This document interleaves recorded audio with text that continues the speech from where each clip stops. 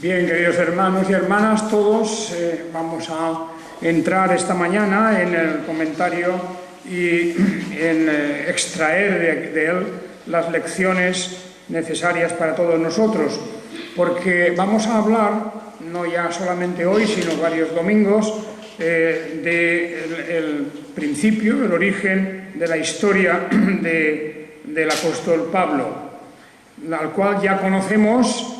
Me refiero dentro de este estudio que hacemos, porque en el capítulo 8, el capítulo anterior, ya se menciona allí, incluso al final del capítulo 7, se nos dice que había allí un joven que estaba observando y siendo testigo, por lo menos, de la muerte de Esteban.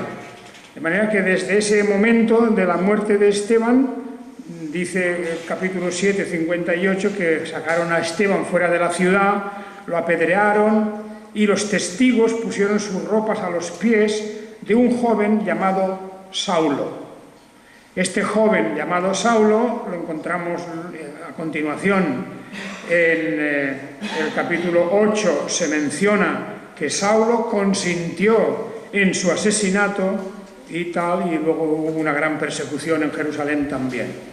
De manera que este momento de la vida de Saulo, anterior a su conversión, de la que vamos a hablar hoy algo, pues es un momento en que se nos presenta que iba a ser apóstol luego, y se nos lo presenta como un cómplice, o por lo menos como alguien que, como dice aquí, consiente, no protesta, no defiende ni hace nada por salvar al joven Esteban de la muerte que le van a infligir los miembros del Sanedrín. Los miembros, porque fueron los miembros del Sanedrín los que, después de escuchar aquellas palabras, Señor Jesús, recibe mi espíritu, o cuando dijo ante ellos, veo los cielos abiertos y al Hijo del Hombre en pie a la diestra de Dios, pues decidieron, llenos de ira, arrastrar fuera de la ciudad, lo sacaron a rastras y lo apedrearon allí. Bien, allí estaba Saulo. Y de Saulo sabemos todos bastantes cosas, ¿verdad? La Biblia nos cuenta algunas cosas. Primero, que no había nacido en Jerusalén. Se encontraba en Jerusalén en este momento, pero realmente él no era de allí, era de Tarso, es una ciudad que hoy está en Turquía, lo que es el Asia Menor, ¿verdad?, de aquel tiempo, y allí pues él se había criado, había hecho seguramente sus primeros estudios. Podemos imaginar que venía, por lo tanto, de una familia acomodada y una familia que quería pues impulsar a su hijo en el campo de las letras y del estudio de las escrituras, y luego, a una cierta edad, Saulo se traslada a vivir a Jerusalén y allí asiste a las clases y a los estudios que daba Gamaliel. Gamaliel, que era un fariseo también y que era un miembro del Sanedrín, y era un gran erudito. Era un gran sabio, era un hombre bien conocido, tanto que no solamente él, sino este Gamaliel, que es conocido como Gamaliel el Viejo, porque era el abuelo de un importantísimo Gamaliel que viene un poco más tarde, su nieto, que este era el principal representante de la escuela más conservadora y ortodoxa y estricta del judaísmo. Habían dos escuelas, una la que se llamaba la de Shammai, otra la de Hillel.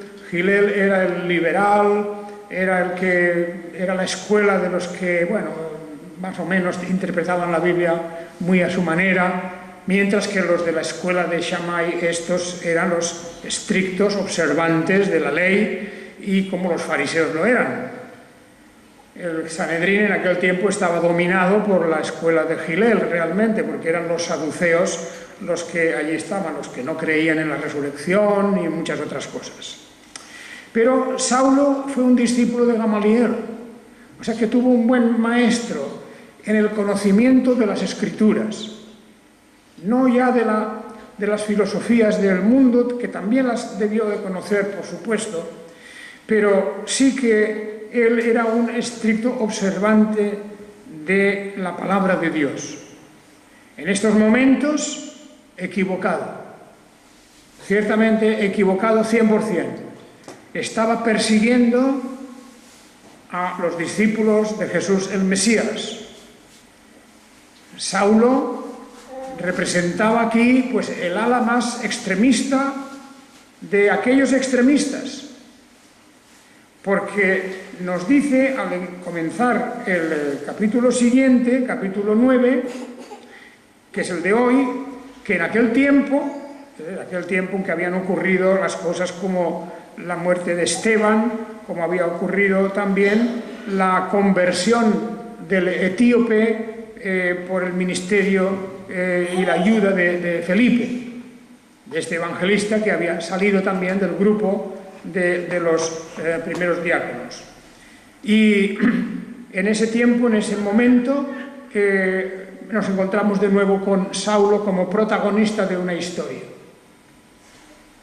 Y enseguida vamos a hablar de esa historia aquí, pero os quiero subrayar y quiero mencionar que la figura del apóstol Pablo, ya podemos llamarlo de ahora en adelante apóstol Pablo, porque nos faltan muy pocos versículos para llegar al momento de su transformación y de su conversión. Pero digo que esa figura del apóstol Pablo representa en la historia del cristianismo, pues, la figura capital, fundamental, por supuesto, después de la persona de Jesús. El apóstol Pablo, una y otra vez, se muestra como alguien tan humilde, que aun siendo como era un erudito en todo, jamás él trató de sofocar a nadie, ni de aplastar a nadie con sus conocimientos. Al contrario, él se declara un servidor de Jesucristo y habla sinceramente en el nombre del Señor Jesucristo. Lo que él ha recibido, eso es lo que él va a transmitir.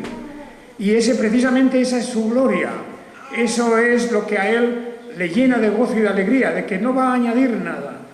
Se limitará a transmitir, a comunicar a las gentes el Evangelio de Jesucristo, el Evangelio que él ha recibido, aquel del que él iba a decir que no hay otro Evangelio. Y por eso es un fiel defensor de la ortodoxia, del camino correcto. Y también fue odiado. Es el hombre que fue más odiado, particularmente por los de su propio pueblo, por el pueblo judío. Y fue odiado, perseguido, fue objeto, diríamos, de todas las maquinaciones para acabar con él, el complot de los propios fariseos y sacerdotes y otros denunciándolo falsamente, poniendo testigos falsos, que no consiguieron al final acabar con él de aquella manera, pero que luego ya, una vez en Roma, lo más probable es que muriese en la primera gran persecución, la persecución de Nerón. Pero la vida y el ejemplo del apóstol Pablo no tiene que hacer ninguna sombra a la persona de Jesús, al contrario, él está diciendo, y en eso se enorgullece, de que lo que ha recibido eso transmite, y que él es un imitador de Cristo. Él es un imitador, es un simple servidor.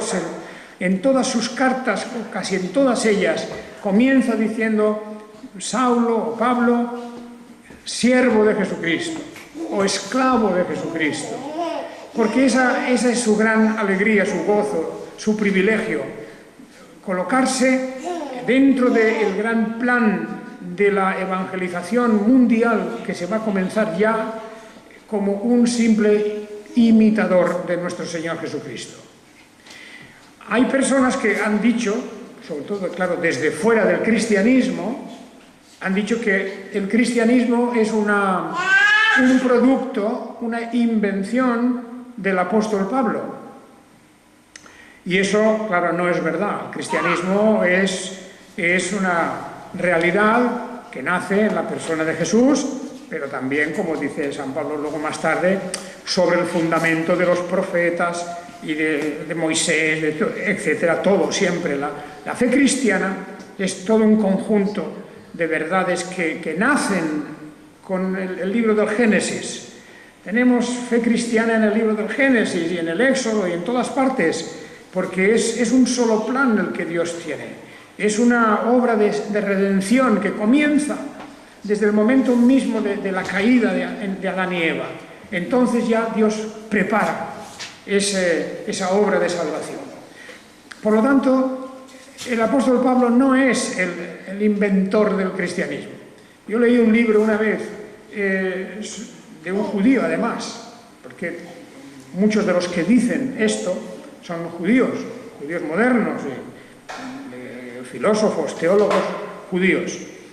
Y desde dentro del judaísmo, claro, todavía tienen con Pablo una cuenta pendiente. La cuenta pendiente de que él era un judío también. Y que por él el cristianismo se extendió con una rapidez inusitada. Y eso todavía es una cuenta pendiente. Y aún hoy día se escriben libros dentro del judaísmo, pues queriendo rebajar o por lo menos queriendo desfigurar la persona de Saulo. Y dicen, no, el cristianismo es una invención suya, no es una cosa divina, no es una cosa que viene de Moisés o que viene de Abraham. Esto es algo que este judío traidor pues ha inventado.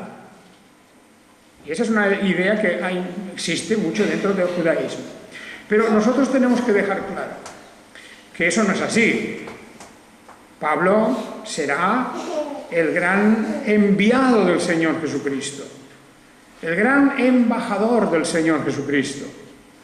Es aquel que con más diligencia que nadie, con más riesgo que nadie, con más esfuerzo que nadie, ha esparcido el Evangelio hasta el último momento de su vida y no ha tenido otra ocupación ni otra cosa en su mente más que esto. Por eso él decía, para mí el vivir es Cristo. Y lo dice a los filipenses cuando escribe a los filipenses. Para mí el vivir es Cristo, que como queriendo decir que todo lo que hago, en todo lo que pienso, en el único objetivo de mi vida es Jesucristo, lo cual quiere decir la extensión del Evangelio, la propagación del Evangelio, el proclamar a Jesucristo como Salvador y Señor. Esa es la figura del apóstol. Un servidor, pero a tiempo completo. Un servidor que no tiene otra cosa en que pensar. Un servidor para el cual no existe en el mundo nada que sea más atractivo, más hermoso, más importante, más necesario que el Evangelio de Jesucristo. Eso es lo que encontramos aquí, en la figura del apóstol.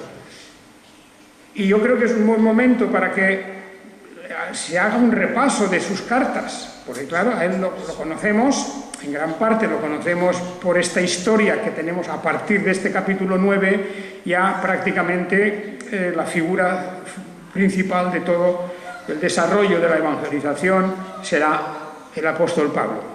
Aún aparece un momento también está Pedro, está Santiago un poquito, pero el 90% del resto del libro de los Hechos es la obra de este hombre de Dios, que él mismo reconoce que era un hombre frágil, un hombre posiblemente atormentado por alguna enfermedad dolorosa, un hombre que tenía, pues como siempre, un rechazo de muchas personas y muy poco apoyo, muy pocos apoyos.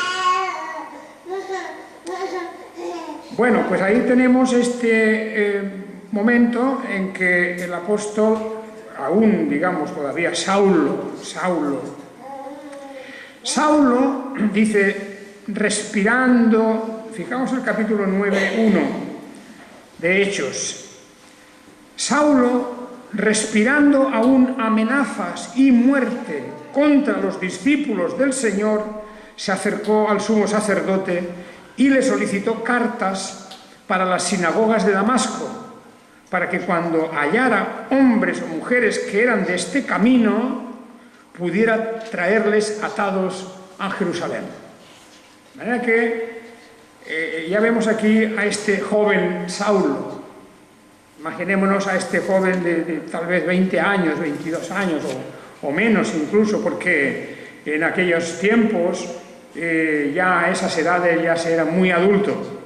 Y yo creo que tal vez incluso menos de 20 años posiblemente. No sabemos con exactitud nada de estas cuestiones biográficas suyas, pero cuando se nos dice antes, poco antes, que él estaba allí contemplando cómo apedreaban a Esteban y que la gente que apedreaba ponía sus ropas a los pies de un joven llamado Saulo, es decir, se quitaron las ropas, la túnica, para tener más libertad de movimiento, los apedreadores, y Saulo estaba vigilando y guardando las ropas de la gente, porque un poco más allá estaban apedreando al otro, y él estaba allí. Por lo tanto, él no participaba, no porque no quisiera, sino porque fue considerado demasiado joven, aún no de una mayoría de edad, digamos, como para poder participar en un acto como era, pues, ejecutar, matar a una persona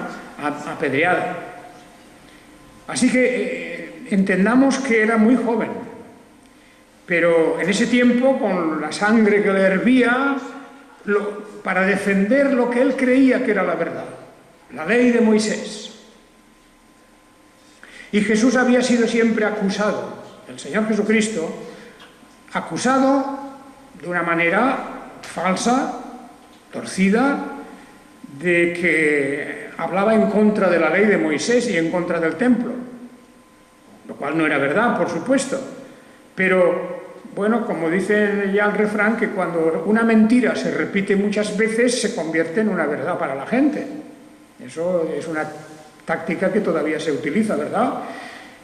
Una de las víctimas fue el propio Jesús, de tanto repetir que hablaba contra la ley de Moisés, que hablaba contra el templo, que no reverenciaba suficientemente a toda la tradición de los ancianos y de los rabinos, etc., pues esa idea se había instalado en la mente del pueblo.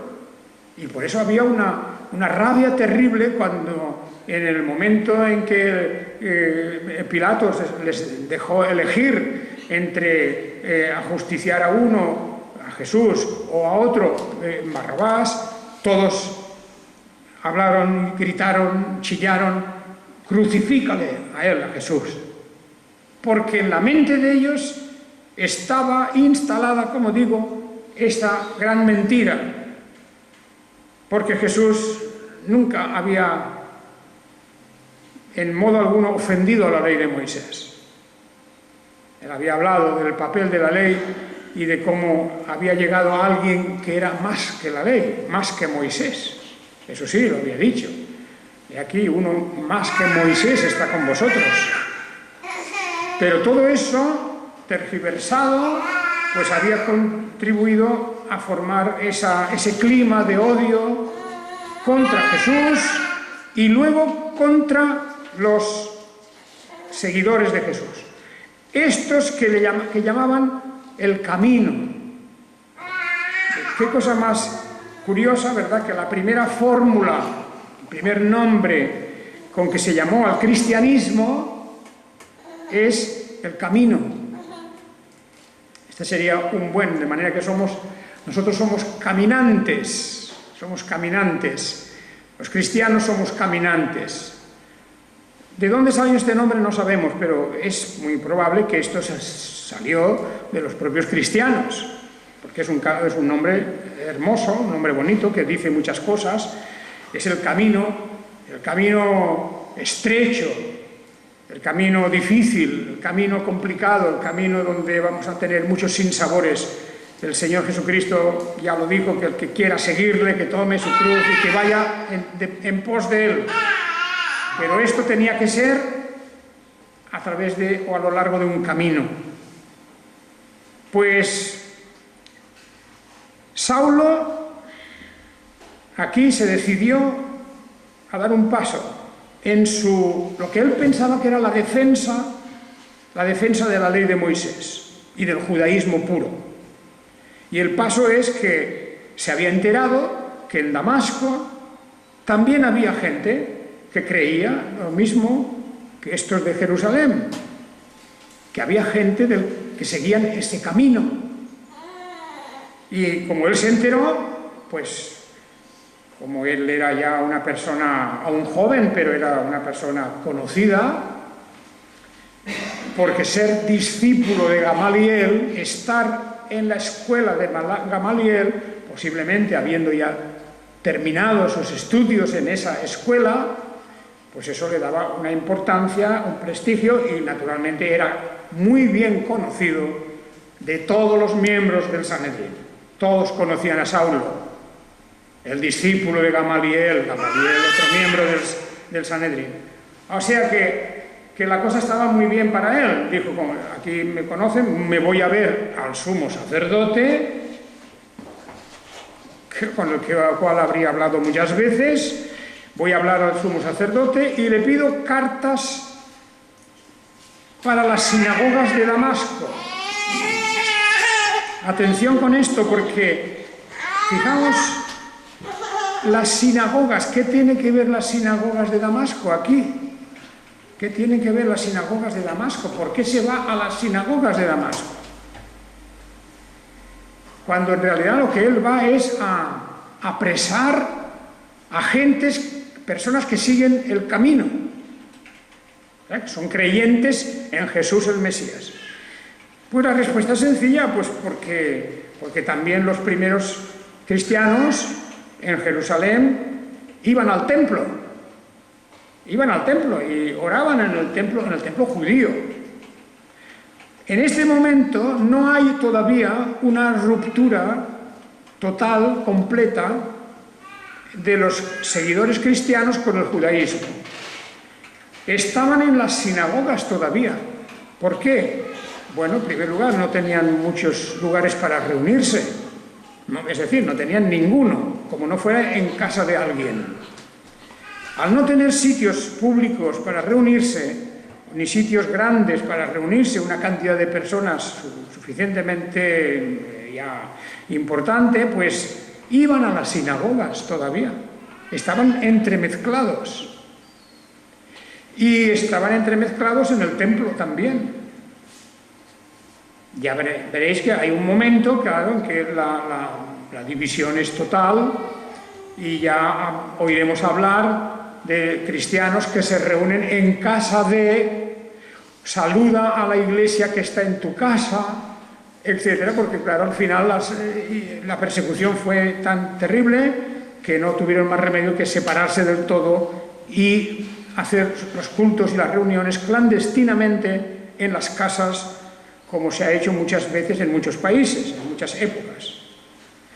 Por lo tanto, él fue a las sinagogas, porque allí conocían perfectamente quiénes eran seguidores del camino.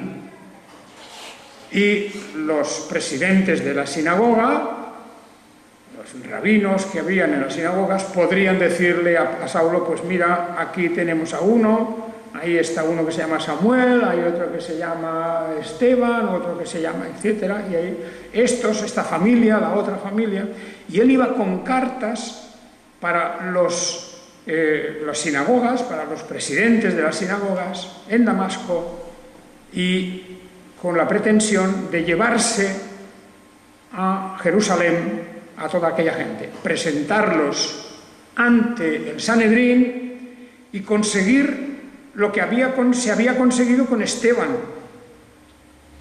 su muerte si era posible, o su encarcelamiento.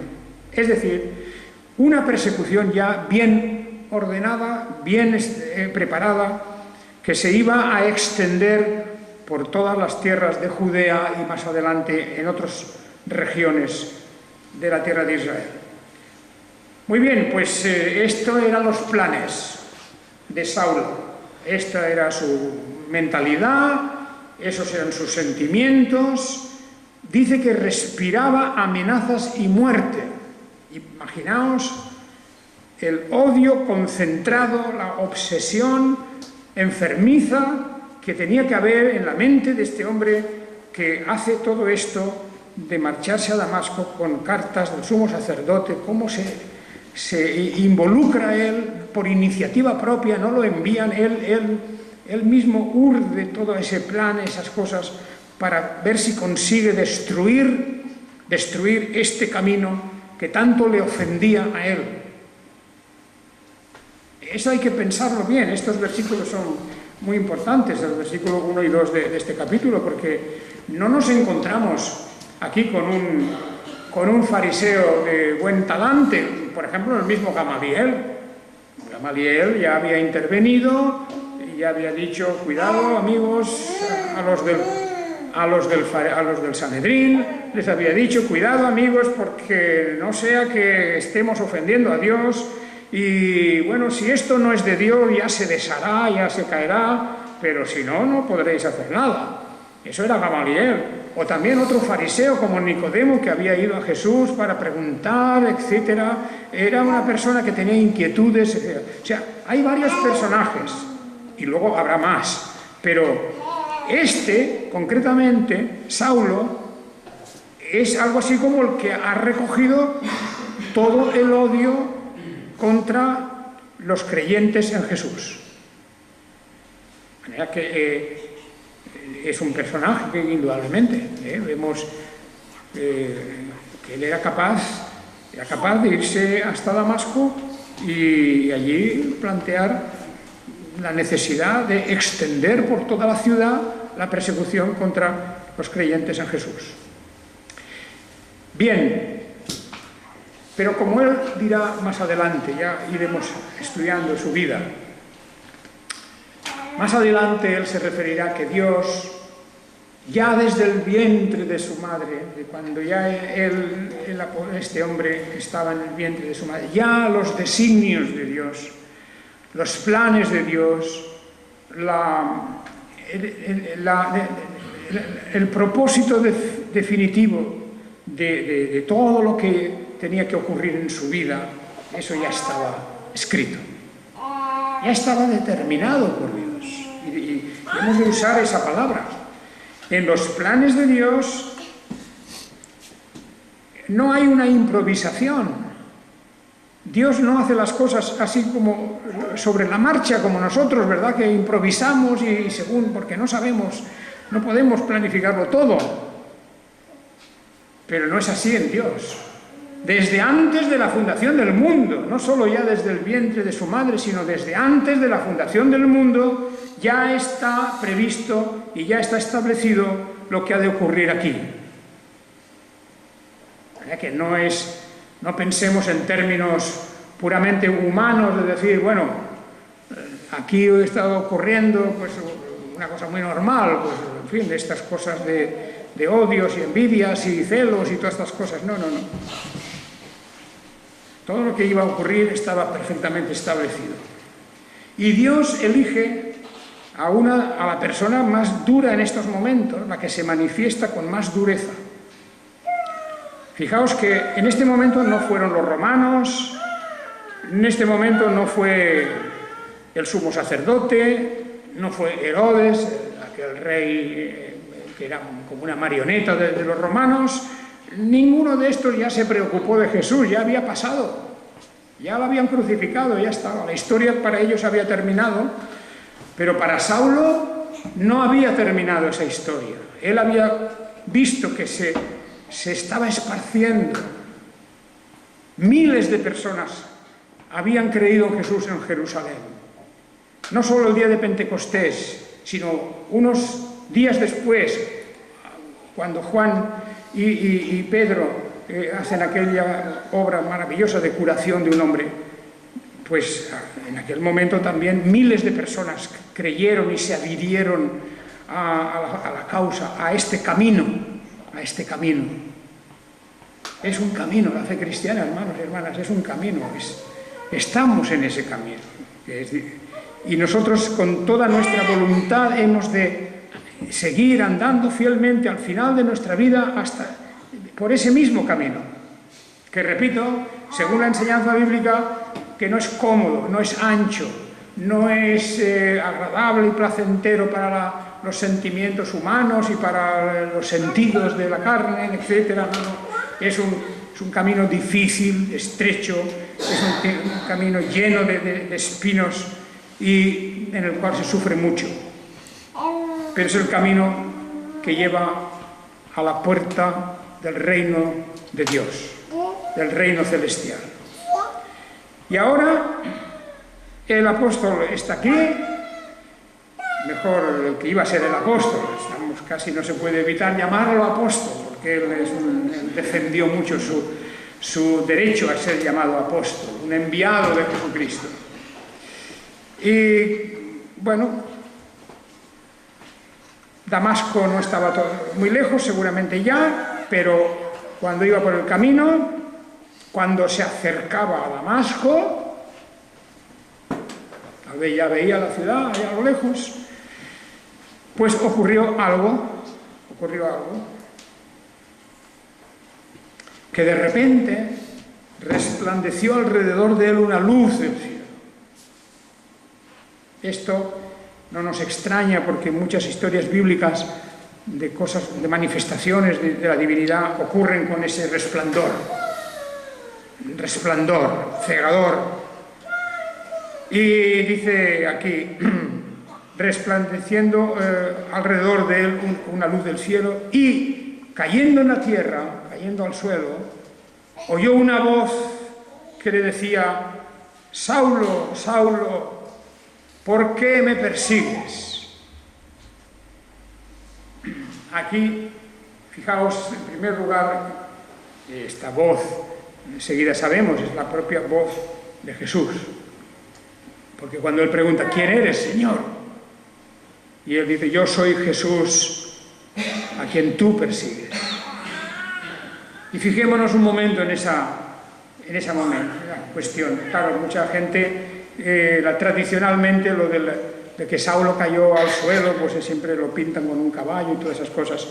Pero aquí es el momento en que Dios actúa directamente en la vida de Saulo para cambiar el rumbo de esa vida, completamente. Y por eso aquí mismo, en la hoja de hoy, esta explicación, este estudio, podemos resumirlo diciendo que Dios convierte a Saulo. Dios convierte a Saulo. Porque se habla muchas veces de que Saulo se convirtió. No. Y siempre sería mejor, cuando hablamos, aunque ya eso es casi una tarea imposible, cuando hablamos de nuestra conversión, casi siempre decimos, sí, pues yo me convertí, y subrayamos el me. Yo me convertí. Lo cual es un error, porque nosotros no nos convertimos en el sentido de que nosotros no somos los que hemos preparado nuestra conversión, no somos los que hemos decidido nuestra conversión. Eso es un error. Dios nos convierte a Él. Es verdad que la Biblia, Dios exhorta, que eso es otra cosa, exhorta porque es una manera en que Dios tiene de preparar nuestra mente y Dios puede decir, convertíos. Convertíos quiere decir cambiad, tenéis la obligación de cambiar. Pero diciendo eso, Dios no dice que podéis hacerlo cuando queráis. No. Eso es otra cosa. De manera que una cosa es que Dios diga, convertíos porque estáis en pecado, tenéis la responsabilidad del pecado, tenéis sobre vosotros, pendiente sobre vuestra cabeza, el castigo por el pecado, convertíos, pero yo os convertiré. Es Dios. Y aquí es Dios quien convierte a Saulo. Además es uno de los ejemplos más preciosos y claros, porque en un momento, en un instante, este hombre que va respirando, dice aquí, respirando amenazas y muerte contra Jesús, en un instante se da la vuelta. Le dan la vuelta. Un poder sobrenatural, que además lo pone en escena muy bien, con una luz resplandeciente, cegadora, con una voz que se oye, pero que ni los que acompañaban oían el sonido, pero no sabían quién era ni qué decía.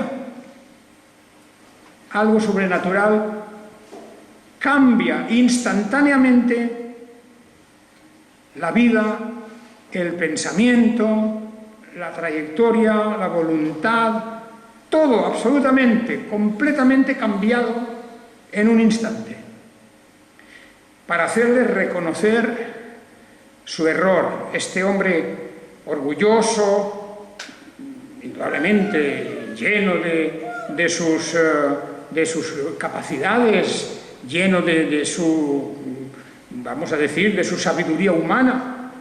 Ahí estaba él, recién terminados sus estudios a los pies de Gamaliel, nada menos.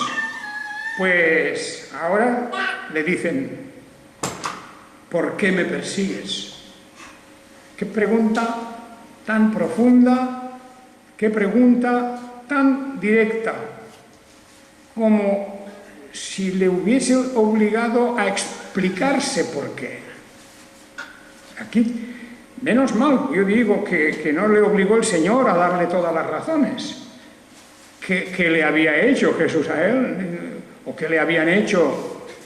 Y si tenía que decir: hombre, porque estáis en un error, o porque tú has hablado contra Moisés, o algo de eso, ahí se terminaría la discusión, porque Jesús indudablemente le iba a cortar claramente ahí sus argumentos.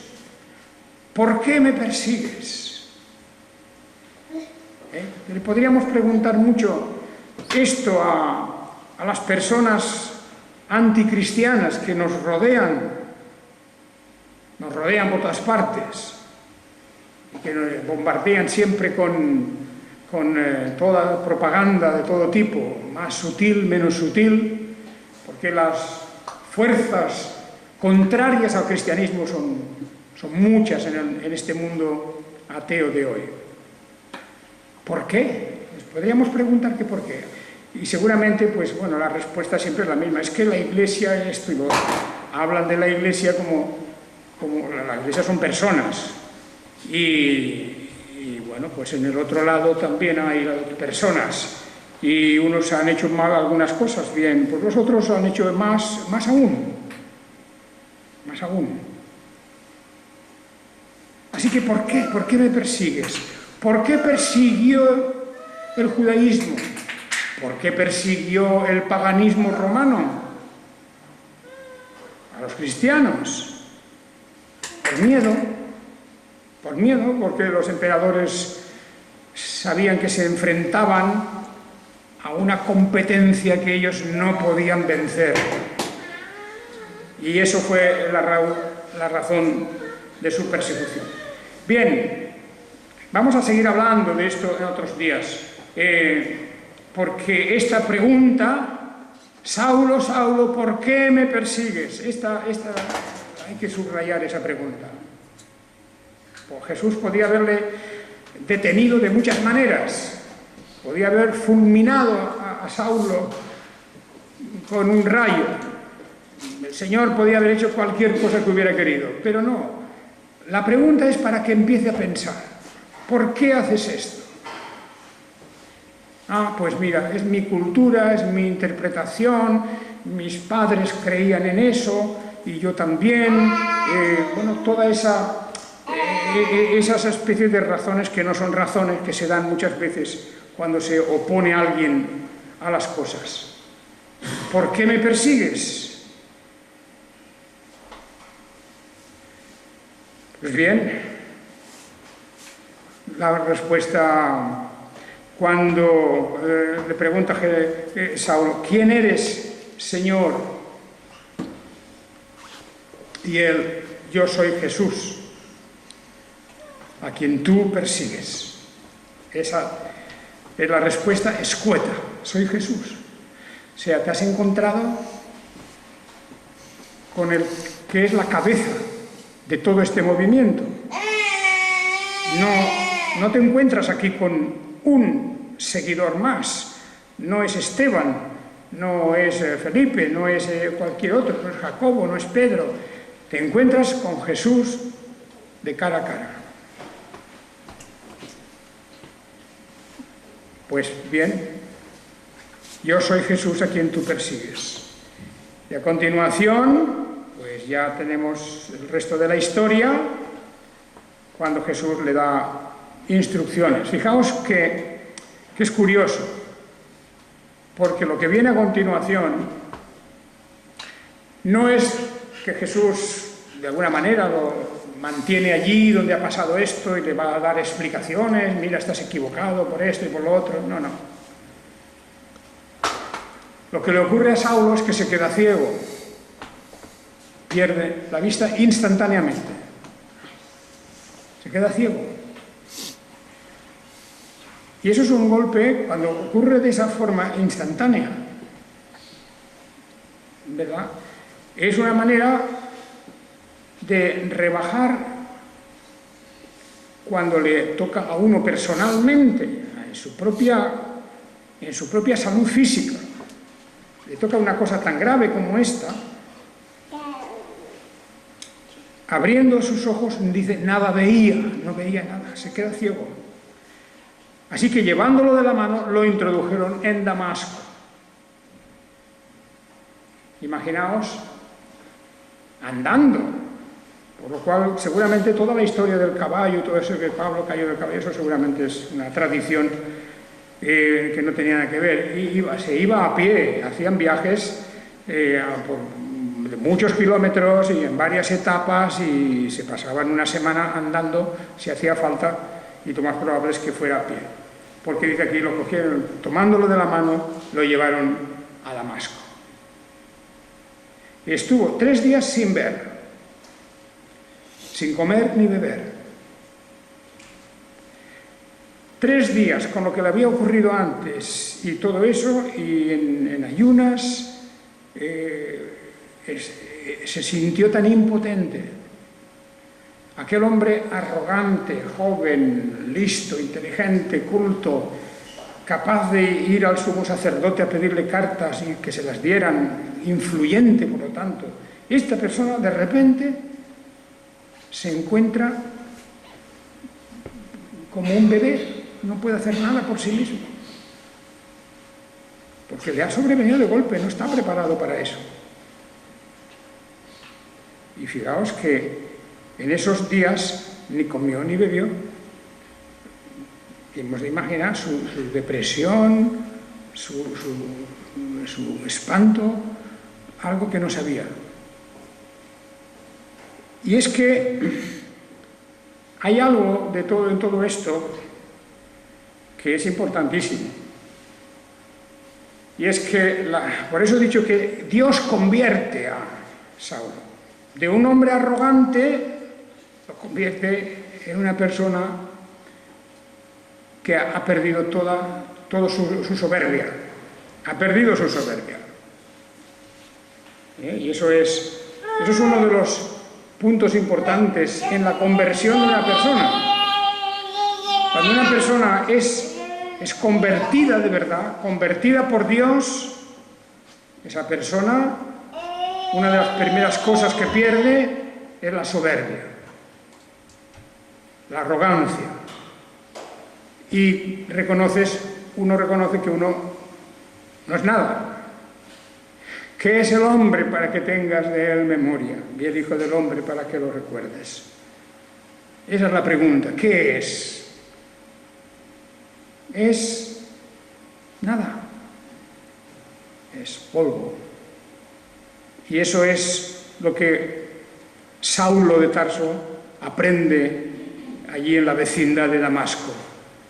Que todos sus planes, todo lo que él estaba pensando hacer, no servían de nada.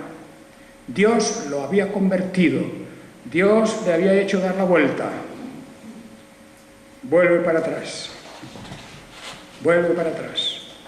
Y así realmente hemos de entender la conversión de una persona.